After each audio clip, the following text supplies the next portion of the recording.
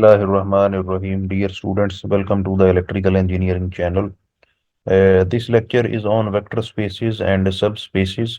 A vector space can be defined as a non-empty set V of objects called vectors on which are defined two operations called addition and multiplication by scalars subject to the 10 axioms. So, for example, we have three vectors U, V, and W, and they belong to the set of vectors V. And if we have two scalars C and D, they belong to a set of scalars which is F. So if these 10 axioms are defined on these three set of vectors, then we can say that V is the vector space. So for example, the first axiom is that U belong to V and V also belong to the set of vectors V. Then U plus V must also be present in this vector space, in this set of vectors V, right? U plus V is also in V. This is the first property. Second property is that U plus V must be equal to V plus U. So these two vectors must obey the commutative property.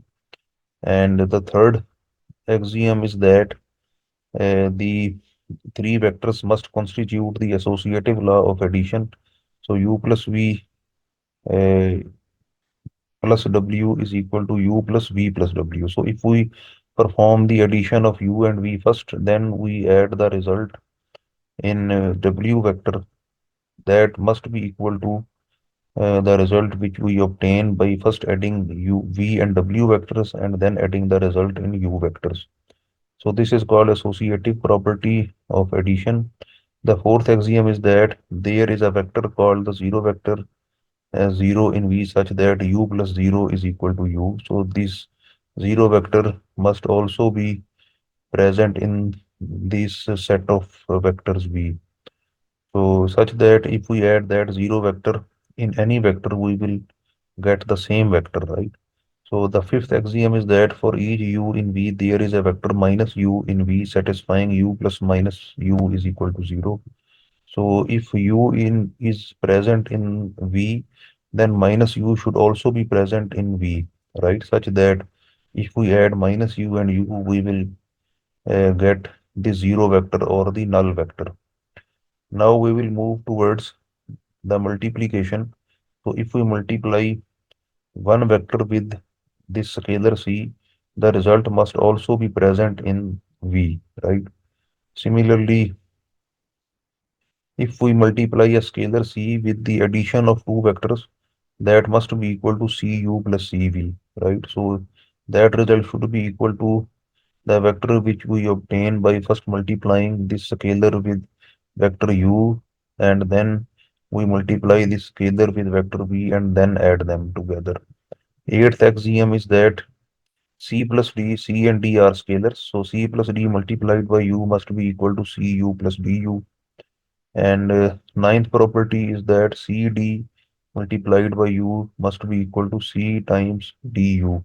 So here c and d are scalars. So if we multiply these two scalars first, then multiply the result with this vector u, that must be equal to the multiplication of d and u and then multiplication of the result with this scalar c.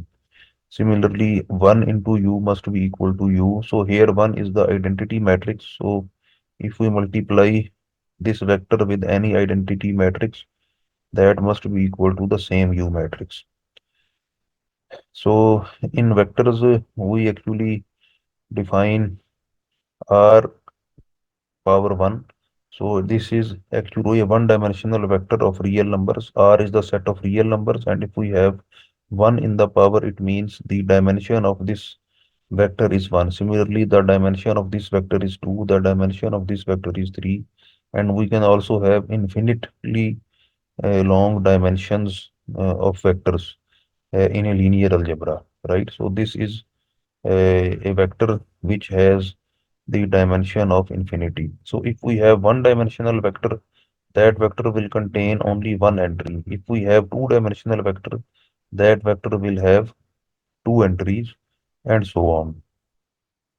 So, for example, Here I can show you this is a vector and it has two entries, so this is a two-dimensional vector. This is also a two-dimensional vector. If we have three entries in the vector, that will be a three-dimensional vector and so on.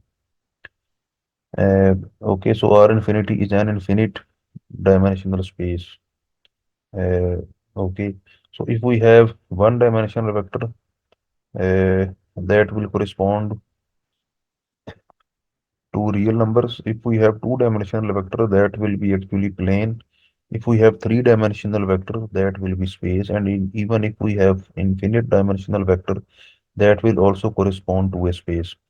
So next definition is a subspace, and subspace can be defined as a subspace of a vector space is a non-empty subset that satisfies the requirements for a vector space. So the first requirement is that if we add any vectors x and y in the subspace, x plus y is also in the subspace. This is the first requirement. Second requirement is that if we multiply any vector x in the subspace by any scalar c, cx is also in the subspace. If these two conditions are satisfied, then we can say that that space is a subspace of the vector space. If these conditions are not satisfied, then that space will not be a subspace of the vector space. So zero vector will belong to every subspace. Zero vector is a part of every subspace. So let's solve an example, then this concept will be clearer. So consider all vectors in R square, right? So this is a two-dimensional plane of vectors whose components are positive or zero. So this subset is the first quadrant of the xy plane. So if we have all the entries either positive or zero, it means that this uh, space of vectors correspond to the first quadrant, because in the first quadrant both x and y components are positive, and if similarly if we are in the second quadrant, the x component of the vector will be negative and y component will be positive. In the third quadrant, x and y components both are negative, and in the fourth quadrant, x component is positive and y component is negative. So in this case, we are dealing in the first quadrant only. Now we have to check if this corresponds to the subspace or not, right? So it is not a subspace because here rule 1 is satisfied, but rule 2 is violated. So rule 1 is the addition rule.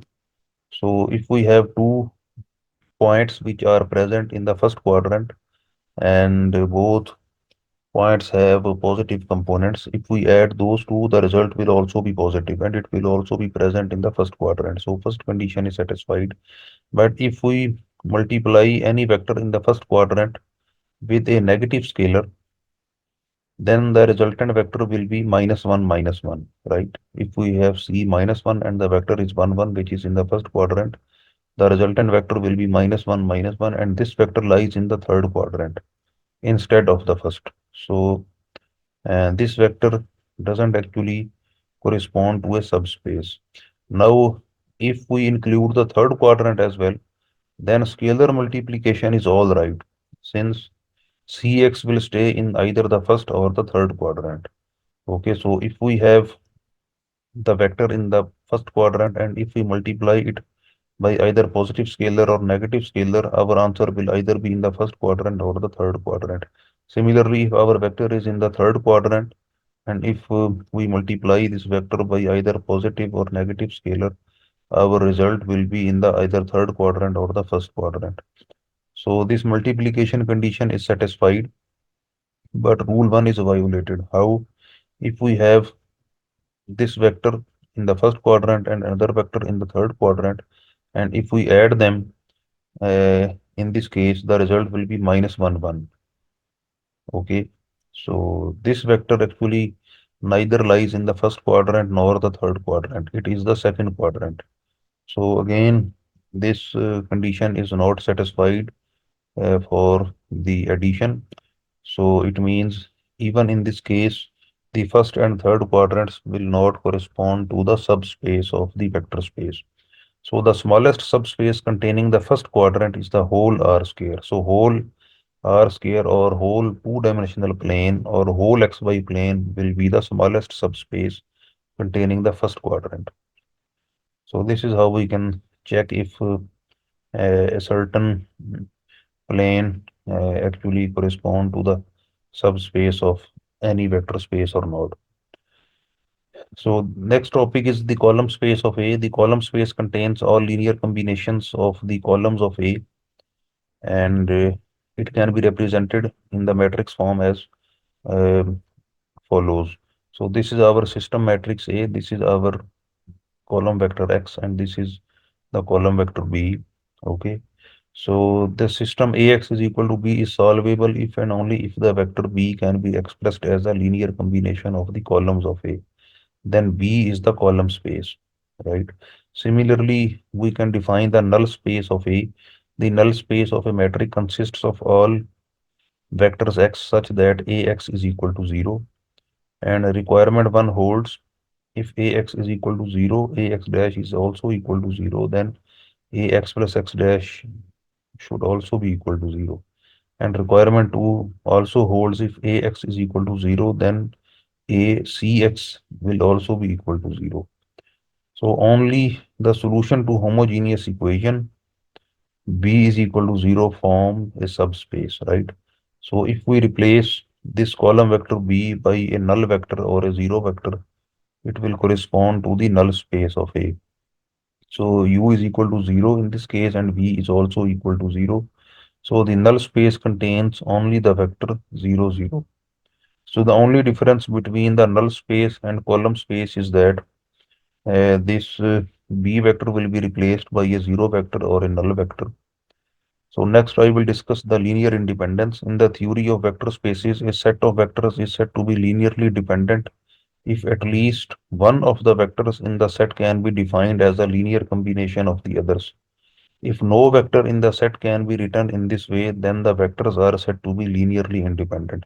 So if we have a set of vectors and if at least one vector can be expressed as a linear combination of any or all the other vectors, then the system is said to be linearly dependent. And if no vector in the set can be written as a linear combination of any or more vectors, then the system is said to be linearly independent. So another definition of linear independence is that given a set of vectors v1 up to vk, we look at their combinations c1 v1 plus c2 v2 plus so on plus ck vk. The trivial combination with all weights ci equal to 0 obviously produces the 0 vector. So if all these weights are equal to 0, then the sum of these linear combinations will be equal to 0 definitely. So if this is the only way to produce 0, the vectors are independent. If any other combination of the vectors gives 0, they are dependent. It means if this sum is equal to 0, but if any of the coefficients is non-zero, then the system is said to be linearly dependent. And if this set is equal to 0 and the only condition for this sum equal to 0 is all the weights essentially are equal to 0, then the system is said to be linearly independent. So this thing will be more clarified in the coming slides when we solve some examples. So linear dependence is easy to visualize in three-dimensional space when all vectors go out from the origin. Two vectors are dependent if they lie on the same line, right? So if two vectors lie at the same line, and they are said to be linearly dependent. Three vectors are dependent if they lie in the same plane. A random choice of three vectors without any special accident should produce linear independence. So suppose we have this matrix and this matrix constitute four set of vectors, right? Column vectors, there are four column vectors or there are three row vectors. So here second column is three times first column, right? So this column is three times the first column. So it means uh, minus three times first column plus second column plus zero times third column plus zero times fourth column will be equal to zero. We can write this equation now. So in this equation, C1 and C2 are not equal to zero, right? So it means this system is actually linearly dependent, right? So again, I will repeat, we have 3v1 is equal to v2, right? 3v1, this is v1 first vector, this is v2 second vector. 3v1 is equal to v2. So it means minus 3v1 plus v2 is equal to 0, right? So 3v1 is equal to v2 or minus 3v1 plus v2 is equal to 0. So minus 3v1 plus v2, and we can multiply v3 by 0, and we can multiply this v4 with 0 uh, to bring these linear combinations in this general form. So this is the general form. And since these two weights C1 and C2 are not equal to 0 in this case, so this system is said to be linearly dependent. So another combination is that row 3 is 2 times row 2 minus 5 times row 1, right?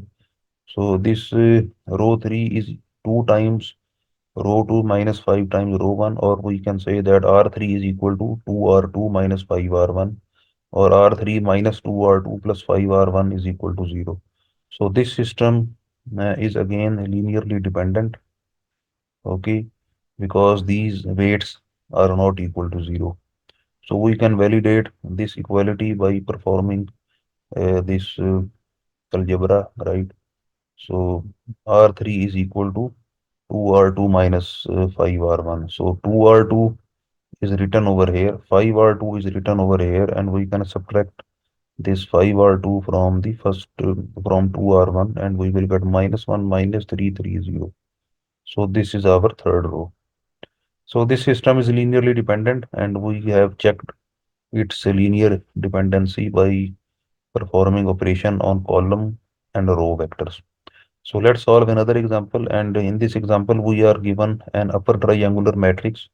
Upper triangular matrix is the one whose diagonal and the entries above the diagonal are non-zero, and the entries below the principal diagonal are equal to 0. This is called upper triangular matrix, and the columns of a triangular matrix are always linearly independent if there are no zeros on the diagonal. So this will always be a linearly independent matrix. So here all the vectors are linearly independent. So in this example, we can reduce this matrix by subtracting row 1 from row 2. We can reduce this matrix. So this entry will be equal to 0 in this case. And 1, 2, 1 is our first row. And the second row can be replaced by subtracting first row from the second row. So 1 minus 1, 0, 3 minus 2, 1, 2 minus 1, 1. So this entry is equal to 0 now. Now C2 minus C1 is equal to C3, right? 2 minus 1 is equal to 1, 1 minus 0 is equal to 0, or minus C1 plus C2 minus C3 is equal to 0. So these C's correspond to the columns. So again, these coefficients are not equal to 0, but the sum is equal to 0. So this is linearly dependent. We can also adopt alternative way to check the linear independency. And in this case, we have to write this matrix and we have to multiply it with this column vector a1, a2, a3, and that should be equal to 0, 0, 0. So the second row can be written as a linear combination as a2, so 0, a1 plus a2 plus a3 is equal to 0. Okay, or a2 is equal to minus a3. So we can assume a3 equal to plus 1, then a2 will be equal to minus 1. So now we can write the first row as a linear combination of this column vector. So a1 plus 2a2 plus a3 is equal to 0, and a2 is equal to minus 1. So and a3 is equal to 1. So a1 minus 2 plus 1 is equal to 0. So a1 will be equal to 1, right? 2 minus 1. So it will be equal to 1. Since these coefficients are non-zero, but still we can get this equation equal to 0. So it means that the system is linearly dependent. So let's solve another example. And in this example, we have a 3 by 4 matrix. So reduce this matrix first, and we have to multiply row 1 by 2 and subtract from row 2. So this is the whole procedure which is written over here. Okay, so this is the first row, second row will be the resultant row 0, 0, 3, 1, and this is the third row. Now let's make this entry equal to 0. So we can make this entry equal to 0 by adding row 1 and row 3. Okay, so by adding row 1 and row 3, we will get 0, 0, 3 plus 3 is 6, and this is 2. Okay, so from here we can see that column 2 is equal to 3 times column 1. So V2 is equal to 3V1. So it means 3V1 minus V2 plus 0 V3 plus V4 is equal to 0. So the system is linearly dependent because C1 and C2 are not equal to 0. So there are some general rules. If there are more vectors than dimensions, they are dependent linearly. So any matrix which is actually a non-square matrix, right? So this is a non-square matrix because uh, it has different number of rows and from the columns. It has 3 rows and 4 columns. Okay, so that system will always be linearly dependent. And another method to check the linear independency is that if the determinant of a square matrix is 0, the vectors are linearly dependent. So if the matrix um, is linearly independent, its determinant will always be non-zero. And if the determinant is equal to 0, then the vectors in the matrix will always be linearly dependent. So that is all about our today's lecture, and I hope you have understood the concept of linear independency. For watching more lectures, please subscribe this channel. Until the next lecture, it's goodbye.